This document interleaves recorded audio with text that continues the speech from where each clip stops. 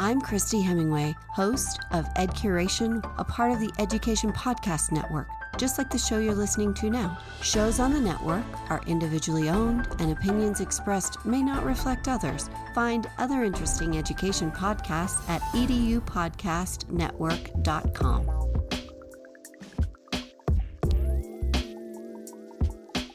Hello, everybody, and welcome to another great episode of My EdTech Life. Thank you so much for joining us on this wonderful Tuesday evening, or it may be well into Wednesday, depending, as always, where you may be joining us from in the world. But wherever it is that you're at, thank you, as always, for making My EdTech Life part of your day, part of your listening pleasure and viewing pleasure.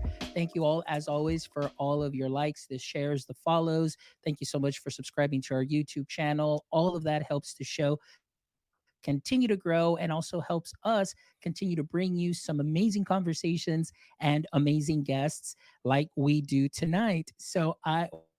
Or like we have tonight. So I'm excited today to welcome Amanda Bickerstaff to the show. And Amanda is the CEO and founder of AI for Education. And we're definitely going to be talking all things AI. So I'm just really excited to have you here as a guest. Amanda, how are you doing this evening? Yeah, I'm good. I'm glad to be here. Thank you for the opportunity.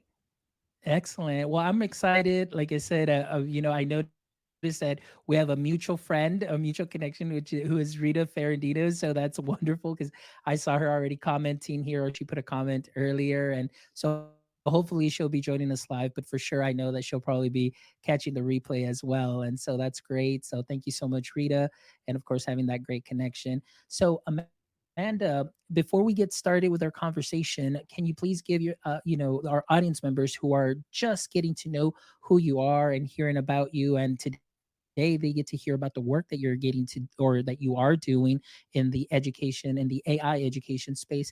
Can you give us a little brief introduction and what your context is within the AI for education space? Sure. Well, I started as a teacher. So I was a New York City teaching fellow. I've turned a route. At 22, I moved up from Georgia, which is where I'm from, and started teaching high school biology in a high complexity, low income school. And it really has always been my formative experience as a professional. Um, Seeing how hard it was to teach, just in general, what it requires to be thoughtful, engaged, proactive, not reactive in any situation as an educator is just extremely eye opening. But it also taught me a lot about the importance of equity in our systems, and that equity of access, equity of supporting like marginalized communities to have a better education experience has been a really strong thread of my career. I left that role. I thought I needed a PhD, so I went into a PhD program, but at the same time was like, you know what? I really like working. So I was in New York City at the CUNY Graduate Center doing some PhD coursework, but I was also like working three jobs, and doesn't make a lot of sense. It's great for not having loans, but it isn't really good for, deep academic thought and writing. And so what ended up happening is I kind of let my interests lead me after a couple years and decided to leave the program and after learning a lot and actually start to work. And so I came to ed tech through that process, and in about 8 years really started to build ed tech companies and education companies, whether that was online professional development for teachers, coding for students, did some last mile work, and that led me randomly to Melbourne, Australia, where I was a first time CEO in a brand new country. I didn't understand one single acronym for 6 months. If any Australians are here, apologies. I didn't know what ATAR was for a really long time. But through that was in this really unique position. It was my hardest job ever was teaching until I became a first time CEO in a new country during COVID. And so through that process, really started to understand the other part of this ecosystem. So I'd been a teacher, I'd been a researcher, and now I was suddenly building products directly for classrooms. And that is a very complex, experience. It's not that easy. We don't make it very easy for ed tech providers. But it really taught me a lot. And when I left that role, I came back to the US after traveling the world for 6 months, which was pretty cool. and was thinking about what to do next. And I actually started building a generative AI tool. So I was like, this is a great new technology. What could it do around supporting students' well-being and or data analytics, like all these different explorations? But at the same time, I realized pretty quickly that this transformational technology we were not prepared for. Not just education, but the world. Like this happened much, much faster than we were expecting, which is how you've seen this really kind of knee jerk reaction from even the people that created it, trying to create distance from it. And then if you think about like all the different layers, like education can be really hard to adopt new technology and change for all kinds of reasons, and many of them very important. So I started AI for Education essentially with a prompt library. So here's some easy prompts to help with your practice, and then started posting some practical applications. And by Memorial Day, it became clear that if I was going to follow what that was having the most impact, which is very important to me, then I should focus full time on like helping education institutions, educators, students, teachers, leaders navigate what it means to responsibly adopt AI into their practice and their context. And so that's how I came here with you today. It's been a wild ride, a really fun one. I get to talk to people from all over the world. But it's definitely one that is, we see a lot of challenge. So it's been an interesting time. And that's great what you just described and the wealth of experience that you have, and especially going from teaching in the classroom to CEO, and then of course or creating and building, and now having your company here again. It's been wonderful, and I love because you have that perspective from the teacher standpoint, and then you also see the ed tech standpoint, like why is it difficult for ed tech companies to come into schools and things of that sort. So can you just tell us a little bit about that experience, as far as uh, I guess the ed tech, and then of course the K-12 space. What are some things that maybe we could do better in the K-12 space, and then of course in the ed tech space, just so we can have a nicer relationship? Because myself as an instructional tech, I see so many companies, and then of course our districts are very specific to what needs to be seen, what needs to be done, and meet certain criteria and so on. So what are some things that you've learned from seeing it from the teacher side, and also from being on the ed tech side? Well, I think first of all, there's just a glut of tools. So, there's some research that shows 2,000 different tools like within one district. When we did research on the impact of COVID, some of the biggest of its kind when I was in Australia, and we found that some schools were using 15 different systems just to approximate on like a classroom environment at the beginning of COVID.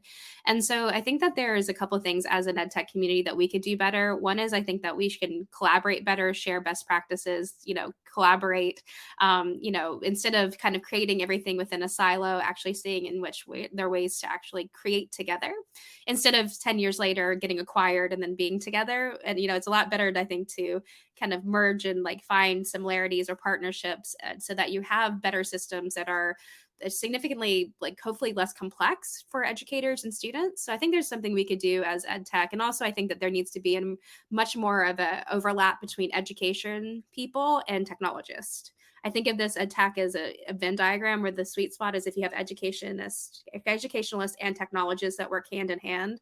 But a lot of times what we have is educators that have technology enabled like platforms, and then technologists that have some education tech like enabled piece, but very rarely is it the two together, which I think is incredibly important to build things that are fit for purpose that actually work within context. So I think that's that's on the ed tech side. On the school side, oh man, guys, it's really, really hard to sell into a school district because every district is like a special flower. You guys are snowflakes. Everything is a bit different. We don't have interoperability. We do not have systems that all work. I'll tell you right now, trying to create a platform that took in student data like to be able to send surveys, right?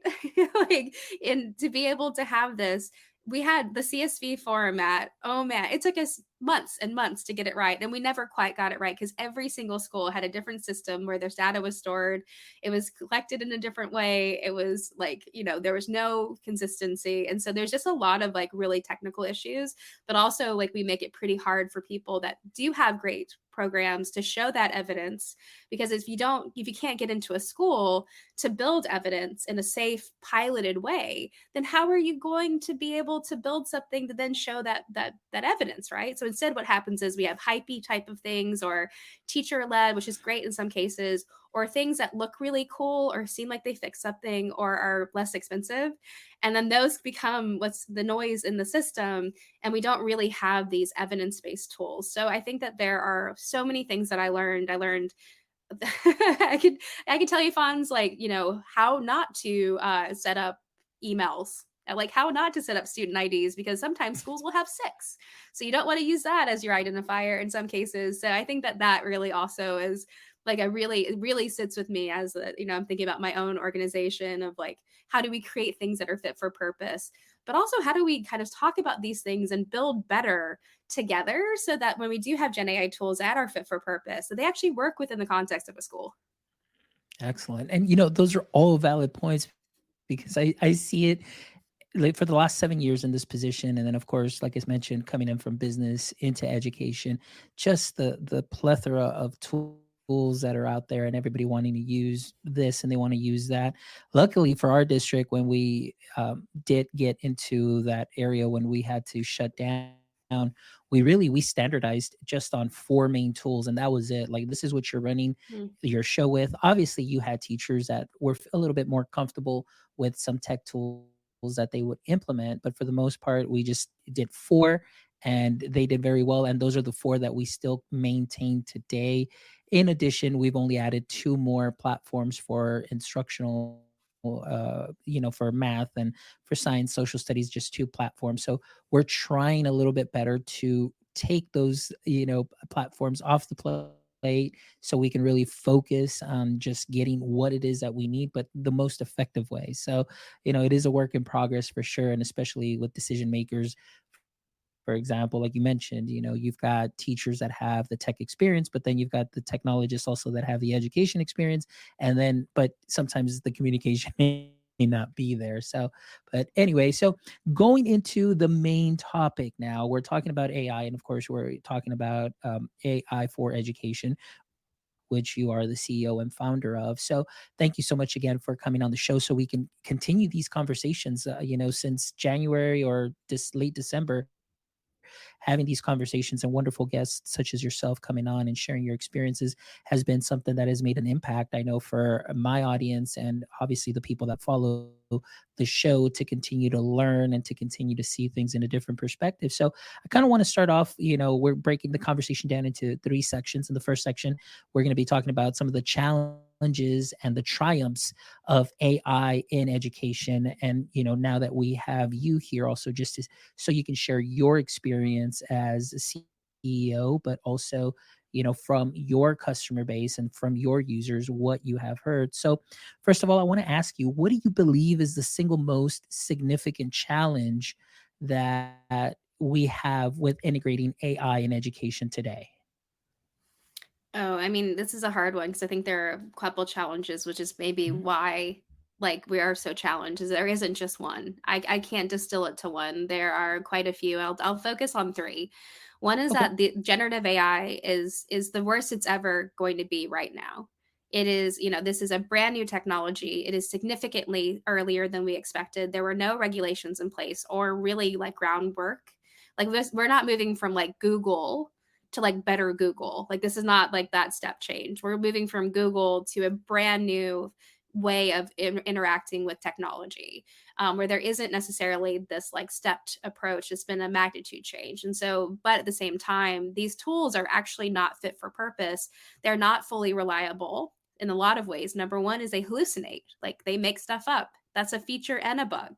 Every foundational model, whether you're using OpenAI, Claude, Llama 2, etc., have this thing called a hallucination, which is what makes it interesting. Like when I go and I ask it to help me write a lesson hook, it gives me 25 ideas and it can keep going.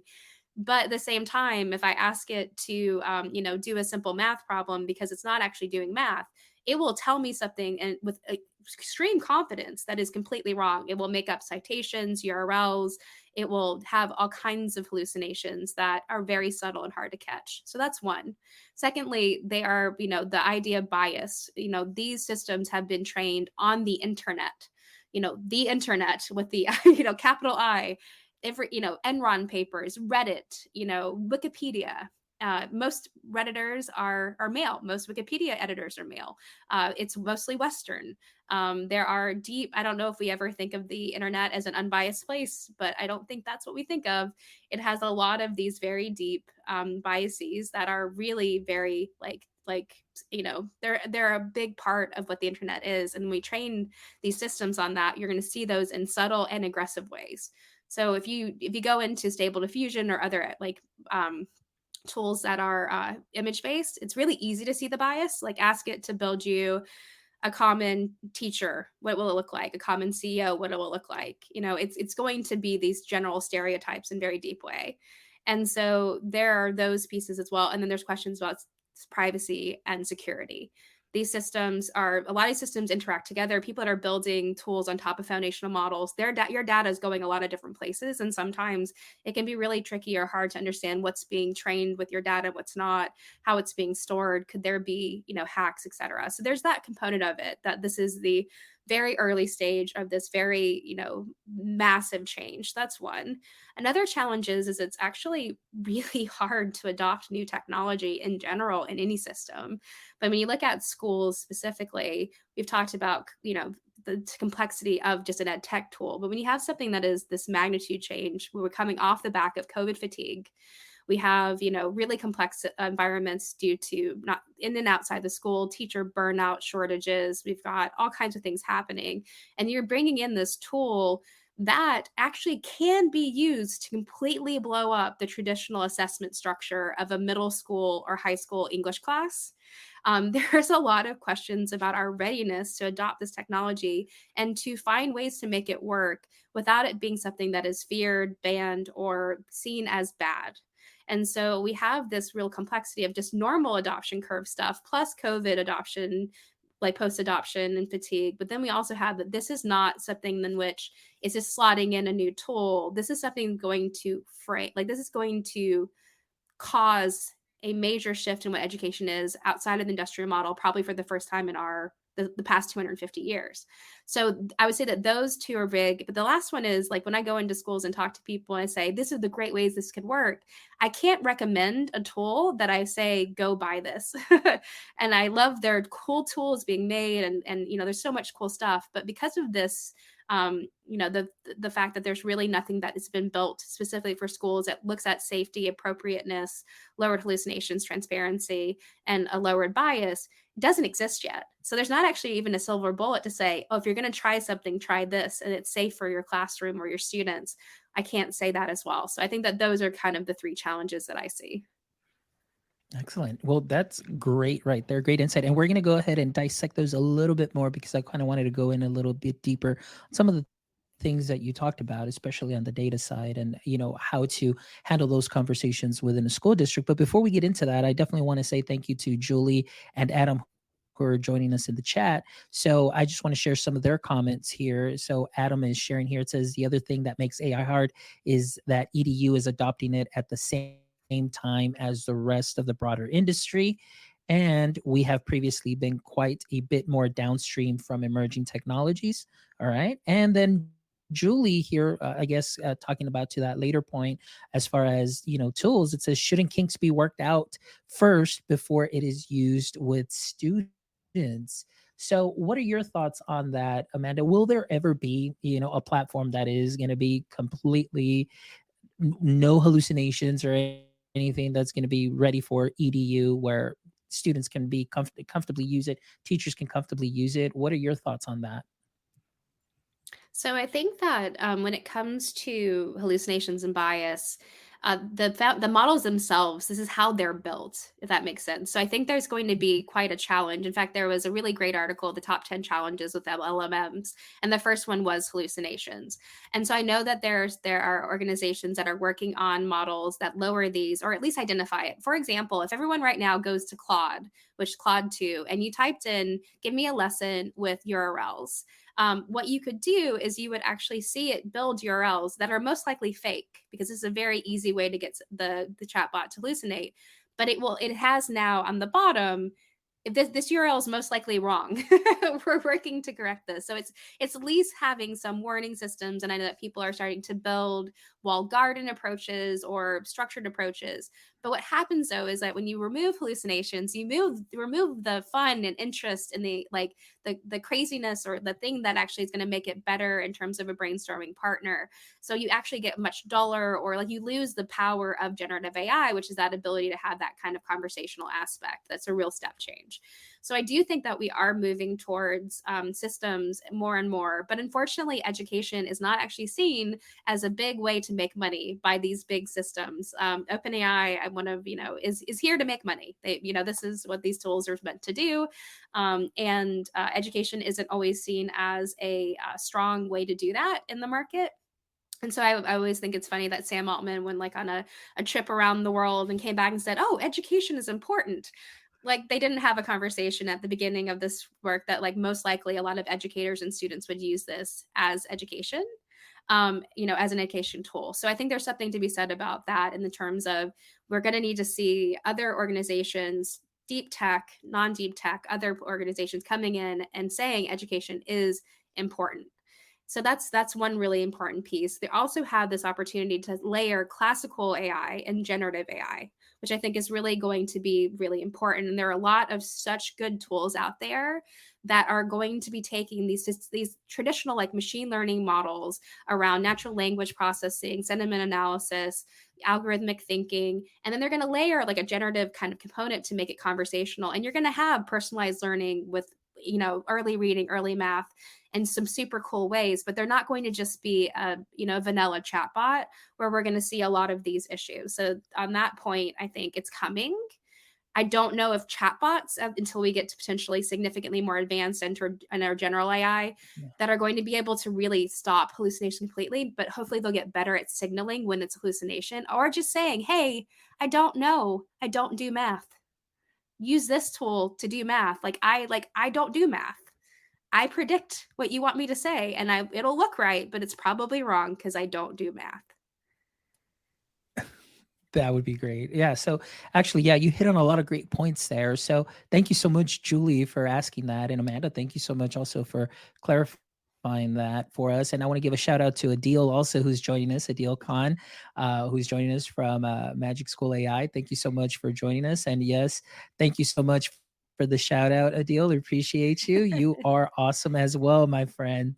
All right. So Amanda, I wanted to kind of get back a little bit to what we were talking about. And for a lot of us, the conversation, and especially the school district, like we kind of talked a little bit about this pre-chat and how to get school districts ready, and what at least the two minimum things that you suggest they have, and we'll get into that. But I want to ask you about the data privacy side of this. I know that in your line of work, and when you go visit school districts, I am sure that is going to be either like the number one question being asked, or at least in the top three as far as data privacy. So what are some ways that a school district may be able to kind of put themselves either at ease, also their teachers at ease, students at ease, and parents at ease, if they do decide to implement some of these tools within their school district? And what would be some ways that I'm sorry, and what would be some ways that the school can help also in protecting our students in that way? Absolutely. Well, we have a resource, and I think you do like a follow up on like what we do. But there's a resource we have, which is like the top 6 questions that a school or district can ask a generative AI ed tech company. And so one of the big areas is around like the human layer, like how are these tools being trained and reviewed for safety, but also around like transparent, like around safety and privacy. And so there's a famous case of a Samsung engineer going into, I think it was ChatGPT, using the tool to code a new specific IP for them, went away, thought nothing of it, and then someone else asked a similar query, and then they gave them Samsung's code. And Mhm. so those kind of backdoors, I think, have been more and more fixed. But we have lots of different ways in which there are really big questions as to how this data is stored and used. And so the first thing I suggest is the same way that we think about personally identified informational information in general, we should be thinking about that when we use these chatbots or other tools.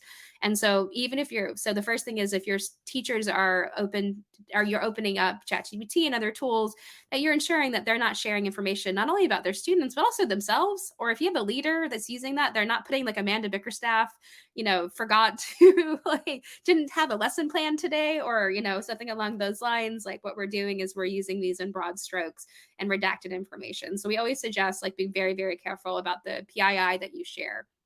When it comes to these systems, though, like the deep conversations that you have buying power, but you also have power in terms of what you bring in or how you bring in a technology. So being able to ask the questions about are these tools trained? Are you going to take our data and train our system? So I'll use an example. Zoom. We all use Zoom, after COVID and during COVID. And they had a moment where they put out new terms and conditions that your Zoom meetings were now automatically going to be used to train their AI. Same thing happened with Google Docs and others. And what that means, though, is that, like, now they walked it back. And if you pick, though, that you want to use these AI tools, that you open yourself up to training.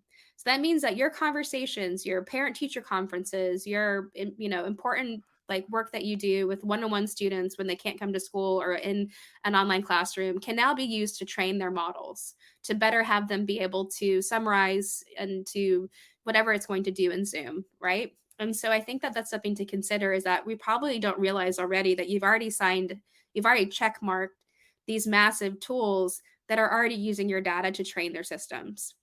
So that's one. So when we think about actually talking to and evaluating new generative AI tools, or if you're a Bard, you're a Google school, or you are a Microsoft school, or you are another type of school, having these deep discussions about what this data means. How are they protecting and removing PII? How are they redacting this information? How are they potentially flagging inappropriate conversations that happen through their chatbots? If a student needs help, is bullied, if there is a time in which there is information that could be harmful, like, how are we doing this in a way that is thoughtful and strategic? What I'm going to say is, I'm going to guess, and through my conversations and what I see, is that a lot of people don't have this fully baked yet. A lot of organizations do not have a fully baked approach. And it is a bit also because there is no firm regulation in our country. The EU has done some work on regulating, like, let's say I was at ISTE, and like 4 systems use facial recognition, and like we'll use that to, like, for surveillance. That's something that's a no in the EU. There's all kinds of pieces around bias that have been part of that regulatory, like, body, and what they're thinking about regulating these tools. The US has not made that statement yet. There are some things around FERPA and COPA around the age of students and uses, but there really is no strong regulation about what's appropriate or not. And so we can't, there was a recent study that said about 80% of people, voters, do not believe that these tools will regulate themselves. I would wish it was 100%. So I think it's probably a 0 1 in terms of this, but a lot of people have seen that these tools are trying to, again, make money and to advance and to be the first, the thing that wins, that they're not necessarily going to be deeply thinking about, like, the intricacies of what has to happen for a school to be able to adopt these tools.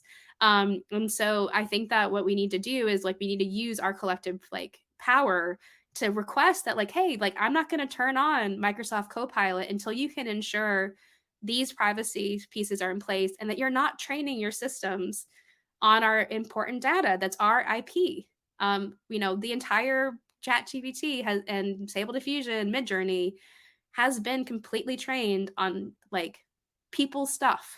And so I don't think we want that unless we actually give up those rights. And then what we're doing is we're allowing that to create a better system specific to our context, like a walled garden approach. There you go. And it's interesting times now because I think now people and even teachers in the classrooms are even paying more attention now to when they log into an app for the first time and you see the terms and conditions. I think they're paying a little bit closer attention to that than before, because it's like, it's education. It's an education platform. No worries, just click yes and continue. But now that this, from November on and talking about data privacy and so on, I know that I've seen, even myself included, it's like, all right, let me take a look at this. And I know one of the big issues was, 18 years and older for ChatGPT. Then they brought it down to 13 and older. And I know that there are teachers, at least what I'm seeing also on social media, that are using it with students that are younger. However, they're not letting the students drive. The teacher's driving, but the students are participating in, creating, stories and so on and different endings and just, having some fun with it. But of course, the teacher's the one that's putting in the information and driving all of that. So I want to ask you, as far as that is concerned, what are your thoughts about these technologies being used with students under the age of 13? That's a really interesting question that I've gotten a couple times, and I don't have a perfect answer. I think that there are real questions that I have around the impact of synthetic relationships. So, there's Poe, a chatbot that has a personality. There's Character AI, where you can talk to your favorite superhero. There's like, if you, unfortunately, as soon as a new technology comes out, it definitely gets kind of co-opted into like, it's my girlfriend, and there are these pieces. And there's a situation where a young man tried to kill someone because he felt encouraged by his AI girlfriend. Or we've had people that have self-harmed because of the way that they've interacted with these chatbots, whether Snapchat when it first came out, others that maybe were not super, thoughtfully created around, appropriate and inappropriate interaction.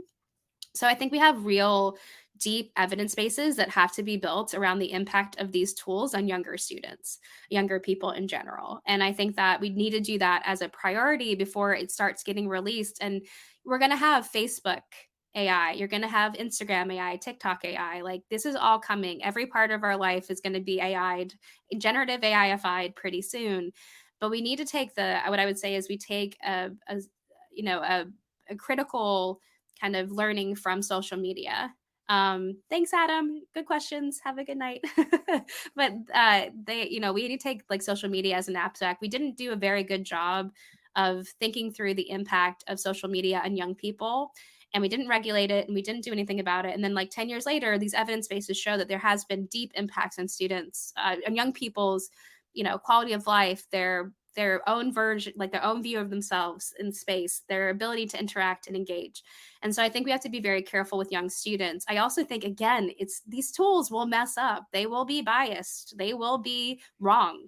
And the younger the student is, the less subtlety they're going to be able to pick up. Like, I know that I've seen people take stuff that is a pure hallucination with a PhD and think it looks that right, and then they will go and talk about it and it will be completely wrong. Like, that person did not write that bestseller, even though it would be a great title.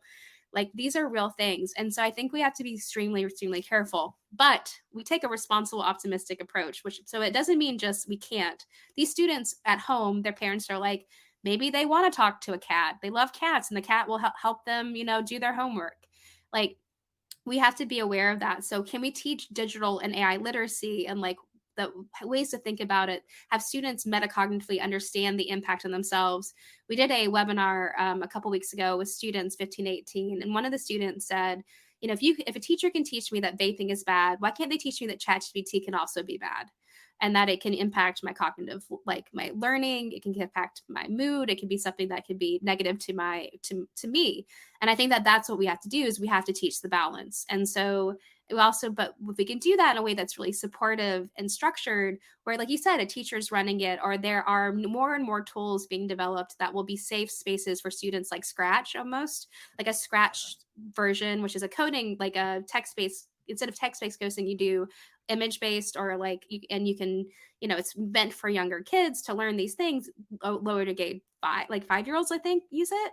Yeah. But then there are going to be versions of generative AI chatbots that are going to be very, very simple, constrained, not particularly like the temperature will be very low. There won't be a lot of variation. That'll be safe spaces to teach students about these key skills. Like those will be coming over the next 6 to 12 months. And that will be a much safer place to teach those students.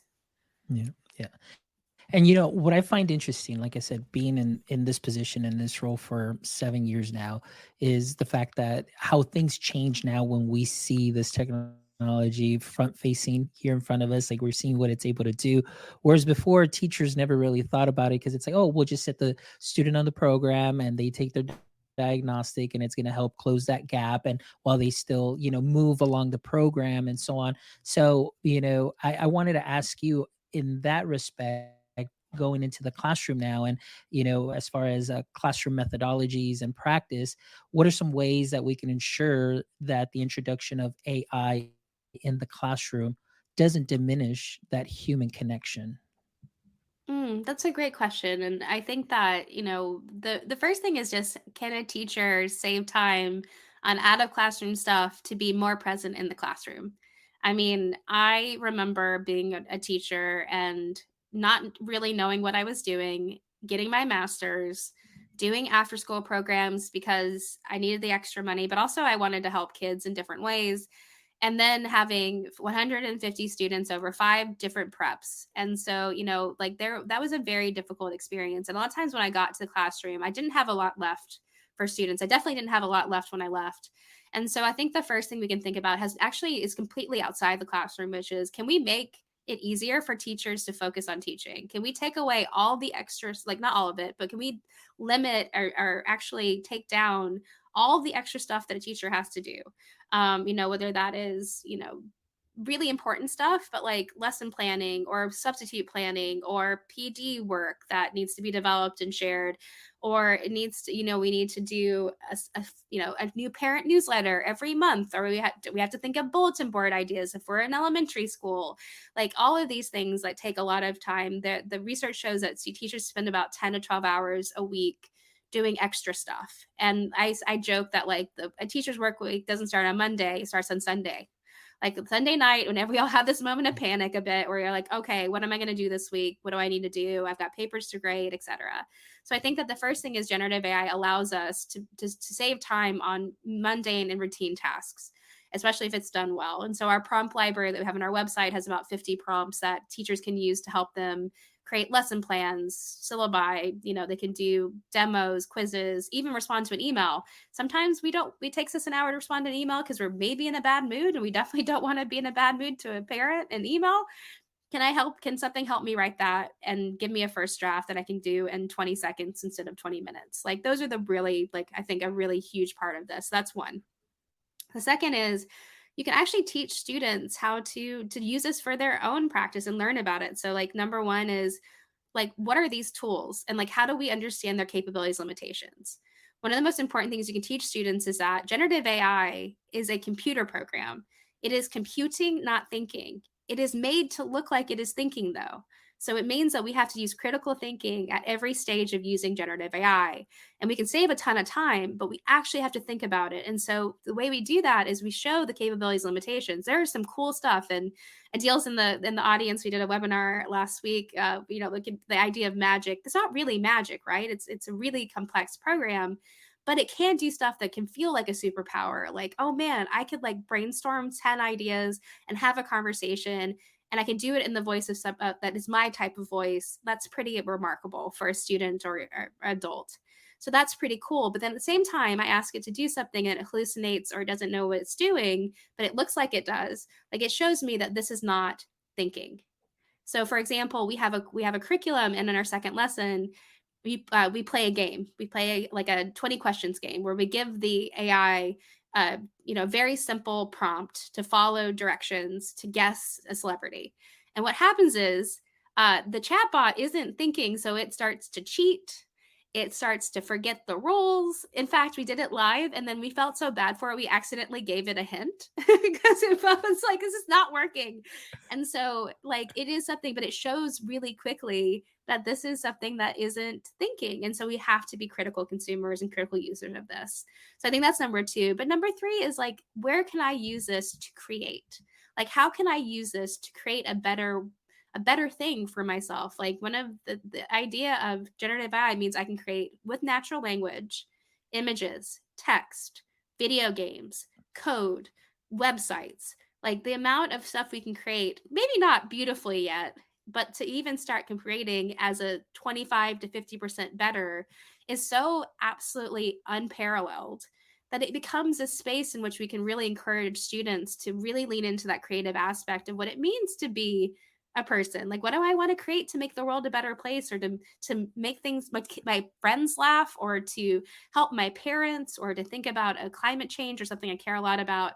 And I think that that's where it gets really, really fascinating. But if you can do it kind of like where teachers have more time, they're able to focus and they can create better stuff for their classroom, and they can be there for the students. Students are learning about the limitations and capabilities of this tool, but then they're also seeing how they can create something and take all of that wonderful critical thinking, creativity, and build something that they can then share and even potentially like monetize over time. They can build their own company, like a 15-year-old Krisha has built a tutoring agency at 15.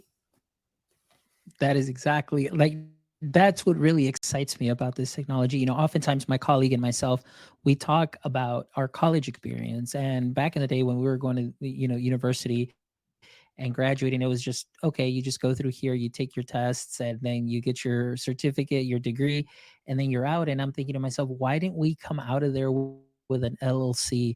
Why didn't we come out of there with a plan for a startup, back in the day, and now you've got young adults, 15, 18, and they're seemingly getting younger and younger, that have these amazing ideas, because of the technology, and starting these businesses and doing some great things. I mean, I had the opportunity when I had Merci Christel, who was here with Enlight app, and realizing that he's only 23, and he is out there with his first unicorn, out there working. And I'm like, wow, this is amazing. But it's just that drive and finding that problem, finding a solution for that, and just bringing it to life. And I find that so fascinating. And this is what excites me about this technology and in the classrooms. But then important piece also is just helping our teachers navigate this space and feeling comfortable. And so what I want to do now is I'm just going to ask you one last question, because I also want to talk about your website, because like I mentioned to you earlier, I did go through your course, which I highly recommend for anybody that is interested in really just getting to know AI at a basic level. I mean, and again, I say basic, but there is a lot of content there that you're going to come out and you're going to be like, wow, this is amazing, and it's so digestible and easy to go through. But we'll talk about that in just a second. But now going to the promise of AI, and some of the promises that we hear oftentimes in the education space is the promise of personalized learning.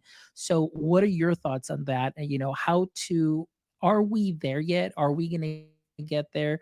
Or is this something that is just a thought in the making, as far as really tailoring and catering that personalized learning approach for our students and being able to close those gaps? So what are your thoughts, and what are you seeing now? It's a great question. It's actually one of the reasons I started AI for Education, is that I realized that like the promise of personalization of learning was going to be possible for the first time ever. I've seen a lot of like promises of adaptive technology, of course, all these different like, branching and, support of students. And in reality, we haven't really ever gotten there. And so what I think is really interesting is right now what we have is the ability to incrementally increase that through like chatbots, where like you can plan so much faster. Then why aren't we automatically including student interest? Like, why aren't we automatically saying my kids are interested in X and Y and Z, so give me 5 ideas of how to open a lesson based on their biggest interests? And so I know that that engagement is going to help them. Or how do I put them in the center of the learning, and give them that opportunity to structure their own prompting if they're over 13, to really help them get to what they need? As far as personalized learning, which to me is a combination of 2 things. One is, well, 3. First, evidence-based and like the pedagogical underpinning that has to be there. But that's just table stakes. But then the first is going to be around the zone of proximal development. So what is, zone of proximal development, or Bloom 2 Sigma, I always say it wrong. Bloom 2 Sigma is this idea that like what we can do is that we should challenge students or ourselves, not, if you can see my hands, like a huge amount that's really, really challenging is not what we want to do. What we want to do is want to incrementally challenge so that you can get challenged, you can be resilient, but you can also achieve. And then when we do that and we keep doing that, what it means is that we take not just little steps, but really big steps along the way. And so when we think about the zone of proximal development, we all have different ones, right? And so some of us can move much faster than others. And so for me, like personalized learning means that it takes like these systems take into account what I can actually do within my range of challenge that's going to be encouraging, not discouraging, and allow me to progress. So that's one. So I'm building confidence, resilience, and learning. The other is the engagement component. We know that if kids are the center of their learning, like, so if there was a book that was about Fonz, I would bet that you are going to be more interested in reading about Fonz and his friends than you're going to be about reading about general whatever, right? Like if we put ourselves in the middle, if you love unicorns or puppies or Pokemon or podcasts, like whatever that may be, that engagement is going to create this combination of like kind of the intrinsic extrinsic motivation. Like you're actually like encouraging students to keep getting in there and getting involved and seeing it. So I think these new tools that are being developed, and I know quite a few of them, and I'm lucky to have some ability to see some of these tools being made, are really, really great around early reading, early math, remediation, language learning. Like some of these stuff is just coming out. They're really starting to combine this idea of like, what does a student need in that zone of proximal development? But then how do I make it engaging for them? And so I think we're going to see a full transformation in early, like I think that K-5 is going to be the first place that we really see it hit, where they're kind of like you can learn math in a specific way, and that there are reading and fluency, science of reading. So there's a lot of structure. And then what we've done is we now have tools that really create these personalized learning journeys for students.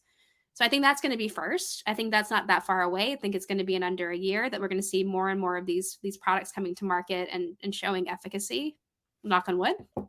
But then I think on the other end, there are people that are trying to think about like, how do I do this in general for people? Like, how do I create a roadmap of like a constellation of learning that allows someone to truly choose their own adventure and to get there in a way that is meaningful to them, that still builds those important 21st century skills around creativity, critical thinking, collaboration, communication, as well as building these industry specific, like they kind of like, if I want to go into STEM, I do a lot around computational thinking or structured thinking or logic if I want to be a lawyer.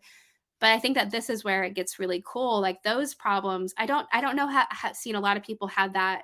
I don't see a lot yet, but I think that we're not that far away from when we're going to see, maybe MOOCs go away. Maybe my course goes away in the traditional sense that it's just built for the majority of people, but it becomes something that like you can put in a couple of things that you like the most or what you want to learn on, and then it creates the course just for you. It becomes your course, and it's using our thoughtful pedagogy and knowledge, but it's Fonz's version of this course. So it leans much more into something that you care a lot about, and you've already shown proficiency in something else. Like that, I think is going to come. I don't think it's going to be 6 months, but I do think that in the next couple of years, we're going to see those systems be possible. That is wonderful. And I'm all here for it. I am so excited about that. And of course, everything that you've shared today just really is very exciting. And then for any of our audience members that, are just starting to know about this, and school districts and so on, you have shared so much great information here. So what I want to do now is I'm going to go ahead and bring up your website here, just so we can share with everybody. So this is AI4education.io. All right. Now, one of the great things that I want to point out here is this right here. Please don't miss out on this big blue button that says free. And as you know, my motto is always, if it's free, it's for me. You can go in here and you can get ready literally to unlock the power of AI in your teaching practice. Amanda does, such an amazing job laying out this course and explaining. And again, it's a free 2-hour hands-on PD. So Amanda, tell us a little bit about just what our viewers can gain from getting into this course, and maybe who, as far as also how school districts or teachers may benefit from this as well. Well, thank you for sharing. I really appreciate it. This course was the first course I've written in a really long time. Actually wrote a whole bunch of courses or supported that at my first job out of grad school. So this is the first time I used this muscle, and it was pretty fun to do actually. So the course is designed, I would say that it's for It's really comprehensive, but it's a start. So if you're a super huge expert on ChatGPT, what I would say is you could still take this course, but you would probably want to skip around, because what we do is foundational. You start with what is generative AI. So we go deeper into how artificial intelligence, which is 70 years old as a technology, has led into generative AI over time. What does it mean, the capabilities and limitations? And then we go into actually hands-on keyboard. If you have not used ChatGPT, I'm going to make you use it. You're going to get in there, you're going to follow along, you're going to see me fail and like have to use like my critical thinking and prompt engineering skills to do this. And then also we have a whole bunch of free resources, and our most popular free resources are Prompt Library, which is those great prompts to get you started on any chatbot. So we have that as a way to get started. So you can see this here. Thank you for showing, so rubrics, lesson plans, lesson hooks, email responses, quizzes, AI resistant assessments is one of our recent ones. That this is really great way to do that. So we show you how to do that live, and then we move into what does this actually mean for your practice? How do you save time? How do you lower administrative burden with hands-on like creative uses and other ways to get the most out of prompting before moving into AI ethics? We talked a lot about ethics today, but like, how do you build a policy? What does it look like? We actually provide sample policies and frameworks. And then that leads to what do we need to do in the classroom? How do we build students' AI literacy? And so it's 2 hours, it's hands-on, it is self-paced. You also get a certificate, which is pretty cool. People have been sharing it, which makes me really happy. And Fawn's I'm sure he got his certificate. But I just want to say, like, the reason why we have this and the reason why it's free, it's right now, we launched it under a month ago, and we haven't put any paid behind it, but we've had just under 1,600 people from across the world take it. We've had about 30% complete. We've had really great feedback. And one of the reasons why it's free is that I believe very strongly that there are two things we have to do as a system, as a global system, to ensure that we're in a position in schools to responsibly navigate the adoption of AI. And one is everyone should just have an hour or 2 hours of training on what this is and what it means. We just need to level set and create a common understanding. We almost never have an opportunity to create a common understanding. And as Adam said at the beginning, like in a comment, this idea this is consumer facing, we're now in this position where we actually have interest, where we can say everyone should learn for an hour what generative AI is and what it can do. So that's one. And the other is every school or institution should have at least some guidance on what is acceptable use of these tools.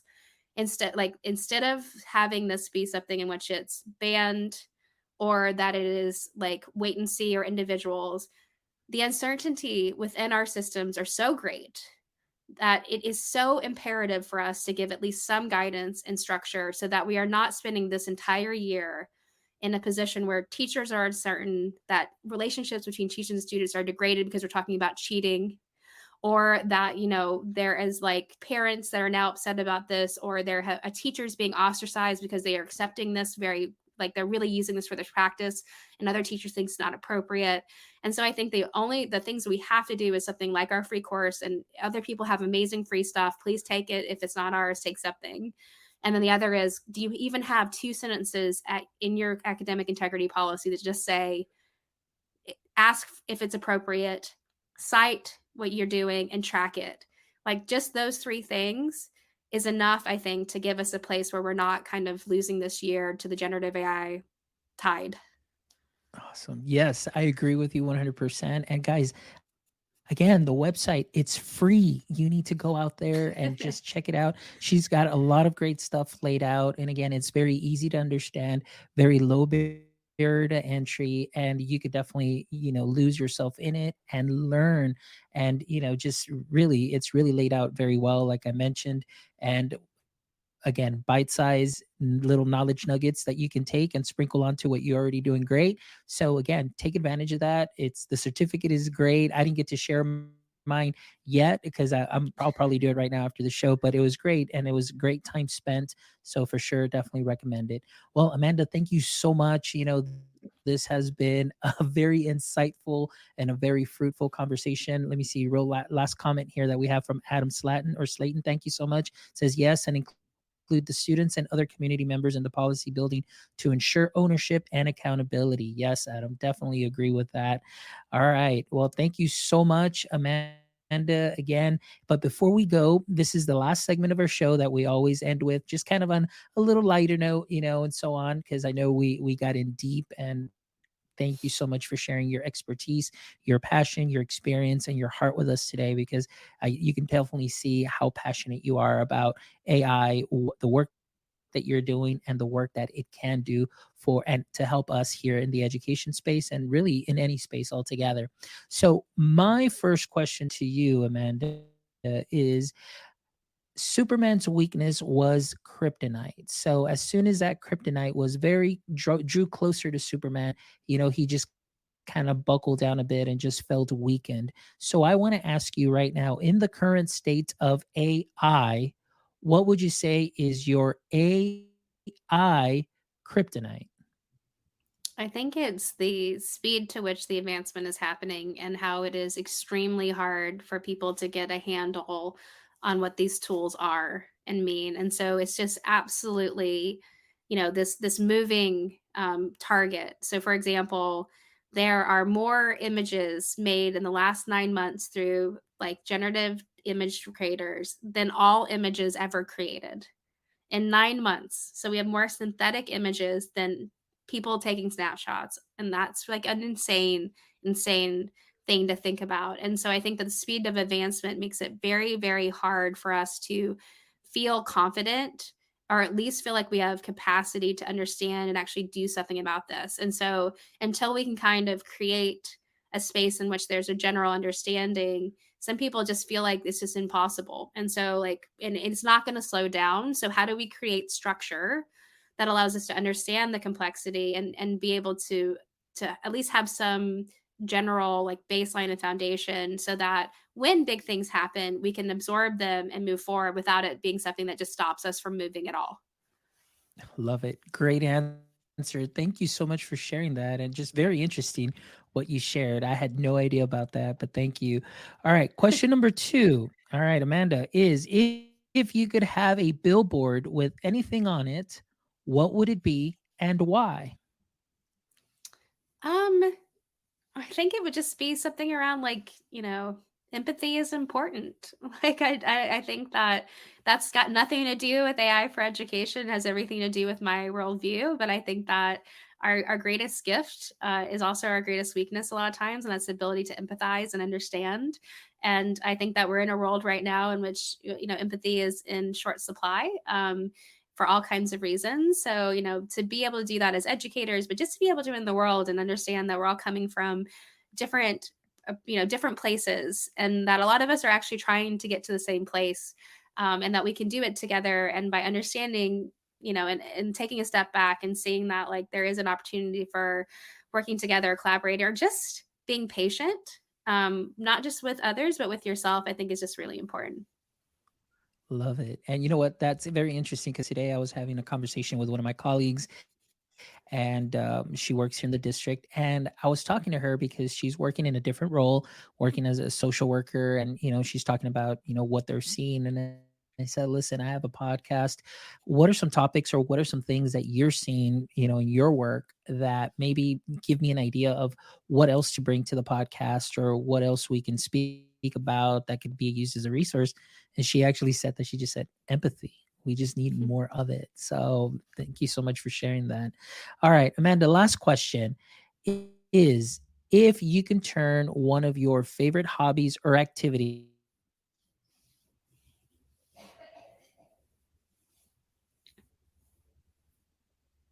and your companies, oops, sorry, we got cut off there a little bit. Are we back? Yeah, We yeah, we're good? back. Okay, sorry, here we go. So my question to you is, if you can turn one of your favorite hobbies or activities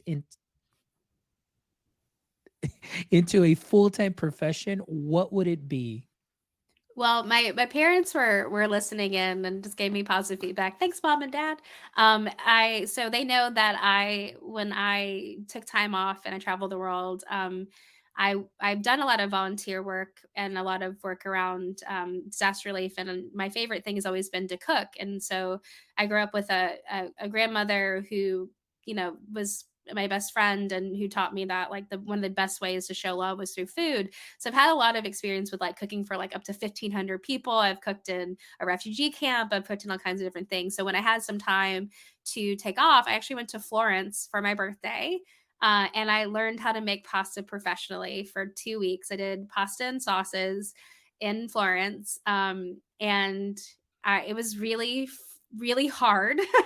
I realized pretty quickly, unfortunately, I have an autoimmune disease. It'd be kind of hard for me to be a chef, but I did just absolutely love making people happy through food. Like, even just, I was a little bit of the teacher's pet because I always wanted the food to be really good. So I was always like the two, like the Nana and the younger instructor. I always wanted them to be the happiest about our food. So that was pretty fun. So I think if I could do something differently, I love what I'm doing right now. I couldn't be happier. I've got a wonderful co-founder and team and a lot of support. But if I could do it another way, I probably like not even open a restaurant. I would just have a food truck and I would just go from disaster area to disaster area and feed people, hopefully like home cooked, really like, heartwarming food. And that would be what I do. Excellent. Well, thank you so much for sharing that. I really appreciate it. It says all in. Oh, okay. We've got Larry here who's commenting and he goes all in on the sauces. That's my There dad. you go. Oh, okay. Well, welcome, Mr. Bickerstaff. Thank you so much for joining. I really appreciate it. Amanda has done an amazing job and she continues to do some amazing work. So, Amanda, thank you so much as always for being a guest. Thank you so much for everything that you shared and your passion. I really appreciate you being here today. And for our audience members, we had Adam that stopped by. We had Julie. We had let me see, who else do we have? Oh my gosh, name left me. Here we go. Yeah, Adam. Okay, there was two Adams. All right, they were on here, and then of course Julie. So thank you guys. I really appreciate it.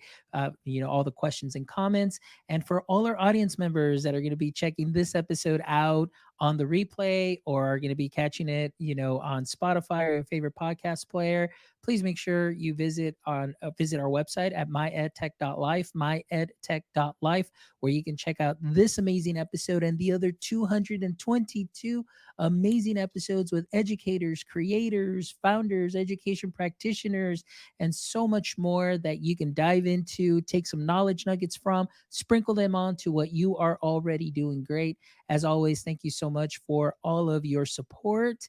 And again, please make sure that you go to our YouTube channel. Please, guys, we want to get to 1,000 subscribers. Go subscribe to our YouTube channel so you can always check out these videos and share them at your school. If you find them to be a useful resource, share them with your admin, because we definitely have some amazing topics and some amazing experts in pretty much a lot of the topics that we're speaking of, especially AI currently. So thank you so much. And as always, my friends, until next time, don't forget, stay techie.